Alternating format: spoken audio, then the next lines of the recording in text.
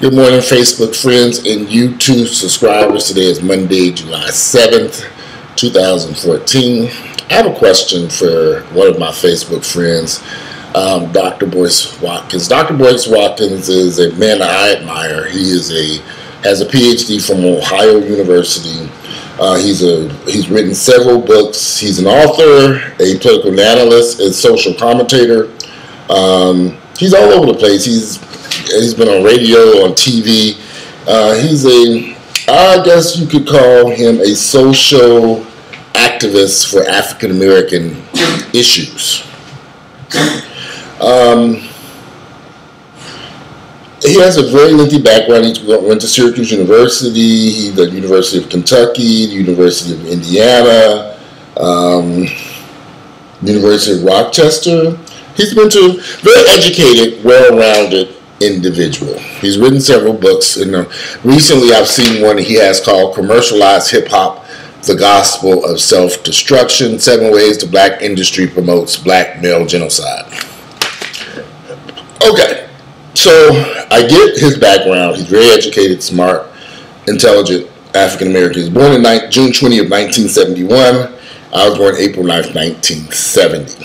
So I am a year and a few months older than Dr. Boyce Watkins. Now, on his Facebook, he has a couple of different websites. He has a Facebook page, and on that page, he posts a lot of stuff about African American issues.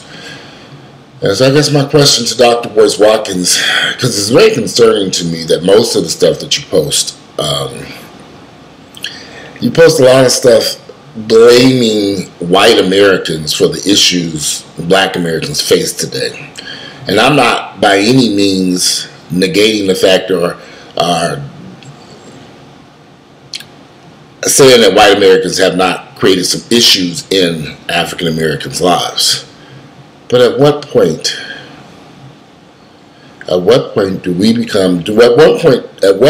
do African Americans become responsible for the issues we have created ourselves? We're going to continue to blame white Americans for the problems that we have. But when do we become responsible and take responsibility for the issues that we have created in the African American community? I mean, every day I go to your page and I read the stuff, and I just sit there and scratch my head. I'm thinking, well, that Dr. Boyce Watkins is a smart, educated man. And so I'm like, well, let me give him a chance. Let me really see his opinions on a lot of stuff. But I'm reading the stuff. I mean, I like your new book, The Commercialized Hip Hop: The Gospel of Self-Destruction. I have not read it. But I understand where you're going, and music is playing a huge part in the hip-hop music, and particularly the lyrics of the music is creating this environment that we see up and down our streets. I kind of accept that as part of the issue. But at some point, when do parents take control of what their kids are listening to? I think that problem also falls in line with parenting. I'm 44 years of age. I get in my car, I turn on the radio, certain songs come on the radio, I turn the channel, I don't hear that mess. I don't have any children. So we run around blaming the white folks. We blaming everybody but African Americans. We don't want to look in the mirror and say, are we responsible for some of the problems that we have in our community? Are we responsible for any of the issues we see daily taking place in Black America? Are all these issues caused by white Americans? Slavery was more than 100 and something years ago. I know that we have the issue. I understand that whites have created problems and made it difficult for African Americans living here in America. I do understand that around the world, truth be told. I do understand that. But some of these issues that we have in our community, we've created ourselves, or we've allowed to happen ourselves. You know, I am a convicted felon. Whose fault is that? Mine. I've been to prison. Whose fault is that? Mine. No one made me go out and break the law. No one put a gun to my head and said, no one in white America said, go break the law, we're going to put you in prison. No, I broke the law on my own. Knowing fully well the consequences of what I was doing, I did it on my own. No one forced me to do it, because there were other options that I could have done. I graduated with honors from high school, but I chose to go a different route. Who do I blame for me taking a life of crime, creating a life of crime? For nothing, truthfully. Me, Walter. I don't blame anyone. I don't blame the criminal court system. I don't blame the prison system. I don't blame you. I blame Walter because I made some stupid decisions in my life that had an effect on me personally and sent my black behind the prison. Those are mistakes I made. I have a lot of friends who've never broken the law. My father, my mother. Never been in the back of a police car. Never been arrested. I have tons of family members who've never been in any trouble. I have friends, families, uncles, aunts. I have a lot of African Americans who've never, ever been in any trouble, none whatsoever. Because they made the decision not to go down that path. I chose a lifestyle full of flashy cars, expensive clothes. And I didn't want to do it the right way. I didn't want to earn it the right way. So I went out and stole it. And it caught up to me very badly. And I don't blame white people. I don't blame anybody. I blame Walter. If African Americans take control of their lives, Dr. Boyce Watkins, they won't have to blame white folks anymore.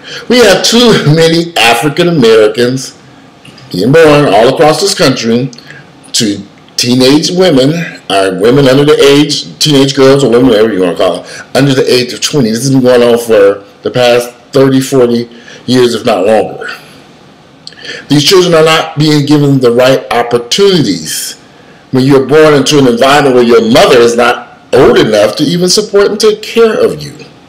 So we have to look at our community and say, well, we know white folks play a part. I'm not at all discounting what the things that they've done to African Americans.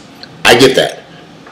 All I'm saying is, when do we take responsibility for the actions that we have done in our own community? We don't own any businesses. Whose fault is that? Foreigners come to America from all over the world and they open up businesses with nothing. We live here. And we haven't opened up, the few African American businesses that I support black owned businesses. I go out and purposely go and spend my money there.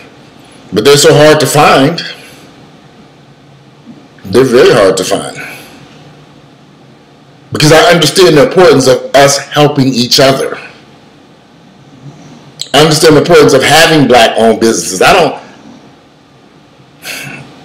We can't keep blaming white Americans because we don't own any businesses. When foreigners come into this country with nothing, they create their own businesses, own gas stations, stores, convenience stores, hair, beauty shops, or wherever they sell these hair products at all day long. We buy this mess. African Americans are multi-billion. We spend billions of dollars. We're massive consumers of material things. And all that money leaves our community. Whose fault is that? We cannot keep blaming white Americans for the issues we have. We don't know how to save money. Whose fault is that? We got to have the latest pair of Air Jordans, $200-$300 pairs of shoes. I went to a party recently. Everybody was in there was wearing.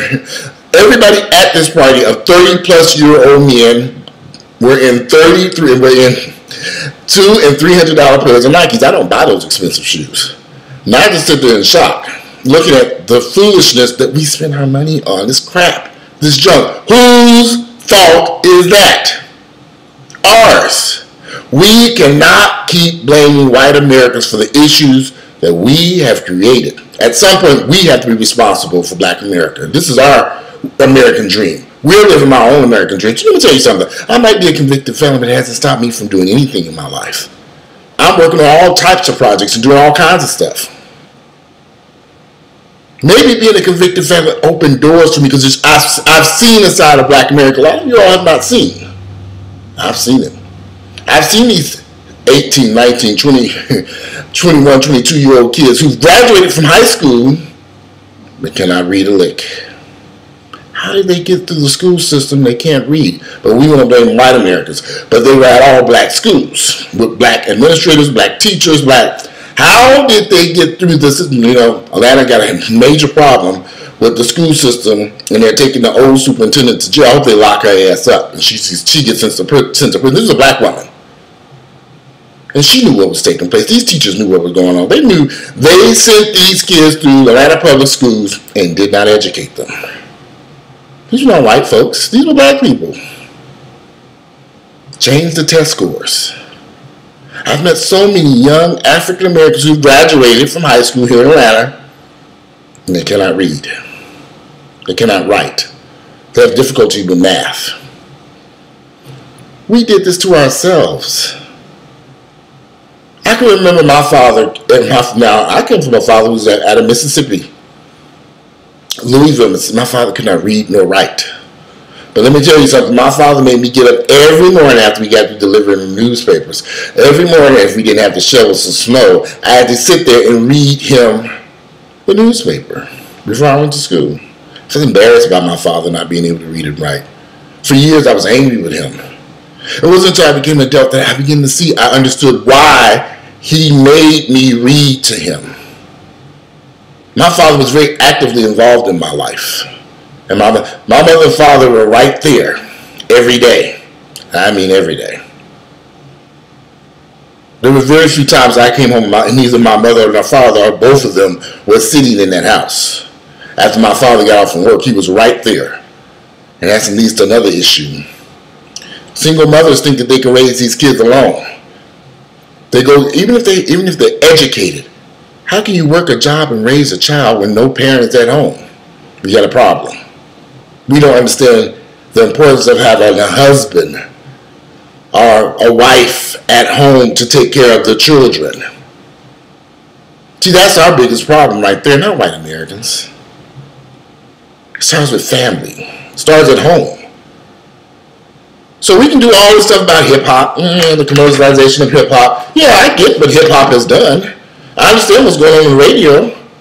But if there's not a parent there to turn that mess off.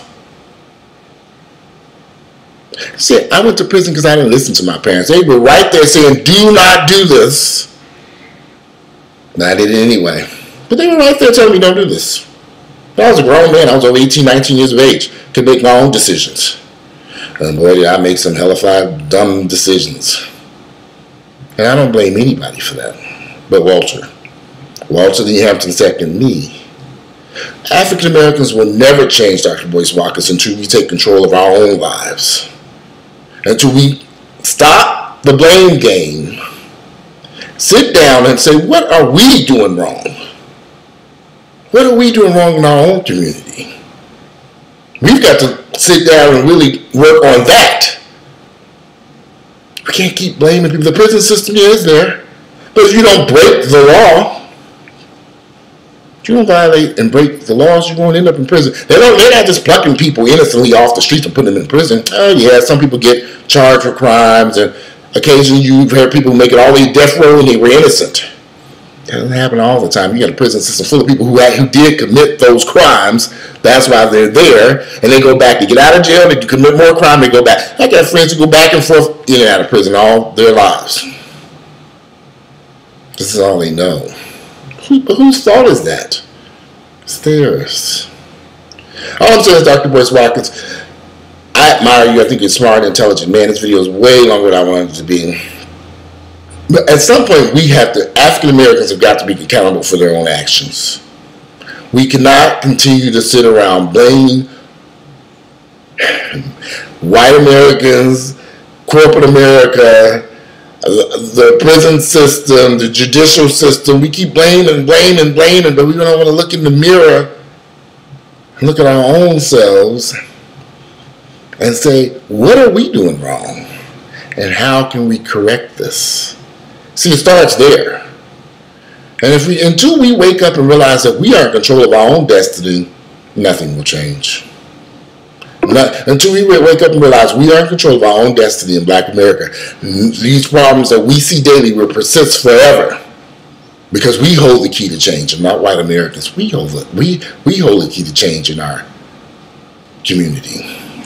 Anyway, some videos a little longer. I don't want it. Dr. Boyce Watkins, again, I admire you. I think you're a very smart, intelligent man. I love the things that you've accomplished. All I'm asking is that we need to look deeper at ourselves and end the blame game. If we ever want to change what's happening in Black America, we've got to stop the blame game and be held accountable for our own actions as African Americans. Anyway, if you like my videos, please click like. I'm out of here. I'm headed to the gym. I got to be in control of my own body. I work out because I realize I got to stay in good health. I'm 44 years of age. I got an hour of cardio to do, and I'm not looking forward to it. Anyway, if you like my videos, please click like. I'd love to read your feedback. Dr. Boyce Watkins, I'd love to hear from you. And I'm very curious to hear how you feel about African Americans. Forget the white folks. I'm quite aware of what they've done over the years to African Americans. But what have we done to ourselves? That's my question to you. And how can we correct it? Anyway, I'm out. You guys have a great day. Bye.